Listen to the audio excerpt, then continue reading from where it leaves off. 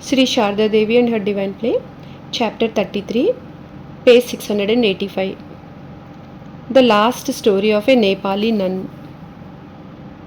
Ashu Mitra wrote a fascinating story concerning the Nepali nun who met the mother in Varanasi and who suggested that Holy Mother practice the Panchatapa to assuage the grief that she felt after Ramakrishna's passing.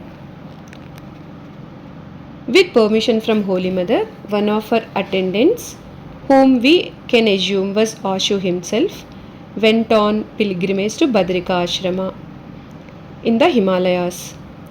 Ashu went with another monk who was the mother's disciple but not a member of the Ramakrishna order. They first went to Rishikesh and stayed at Kailash Mat. One early morning, he heard a woman crying pitifully from a nearby cottage. Out of curiosity, he entered the cottage and found a dying woman there. She kept calling out, "Mother, you have not yet sent your disciple." As soon as she saw Ashu standing at the door, she said, "Finally you have come. Please come close and sit down. Do what I say. There is not much time left." Ashu was dumbfounded. She said, "Don't doubt me. You can verify this with Holy Mother. She promised that she would send one of her disciples to me during my last moments. Now do what I say. Under my pillow are 40 rupees and a notebook. When I die, immerse my body in the Ganges with the help of other monks. On the fourth day, use that money to arrange a feast for the monks. Memorize the contents of the notebook within 3 days and then immerse it in the Ganges.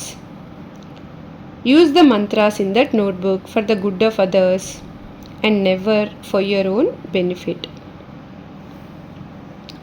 Ashu ran back to Kailash Mat to find his companion. He left a message for him saying that he would not be able to go to Badrika Ashram and that he should go on by himself. When he returned to the cottage a few minutes later, Ashu saw that the woman's last moment had arrived. She passed away saying, "Oh mother, oh mother." He immersed her body in the Ganges with the help of some monks from the Kailash Mat. He then went to Kali Kalmi Baba's ashrama and gave 40 rupees to the abbot there to arrange a feast.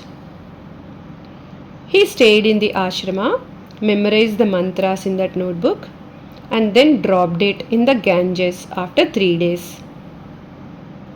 He then wrote a letter to Holy Mother asking for her permission to visit Jairam Bati, but did not get a reply within 6 days. So he went to Jairam Bati and reported the whole story to her. After hearing the tale, the mother said, "Yes, she made me promise that I would send one of my disciples to her at her last moment. This girl was very good. She knew various kinds of rituals. While I was in Varanasi, she used to visit me and she suggested that I perform the Panchatapa." Holy Mother's teachings. In Shankara's introduction to his commentary on the Gita, he describes how a divine incarnation works in this world. The Lord, the eternal possessor of knowledge, sovereignty, power, strength, energy, and vigor, brings under his control his own Maya, which consists of the 3 gunas. And then through that Maya, he serves human beings out of compassion without any purpose of his own. The unmotivated action of an illumined soul, according to Vedanta, is called abhasa, a show. An illumined soul knows that he or she is not the doer or enjoyer of that action. The illumined soul is free from ego, devoid of desire, and does not covet the results of actions. As an instrument of God, that person serves others unselfishly. Jai Ma.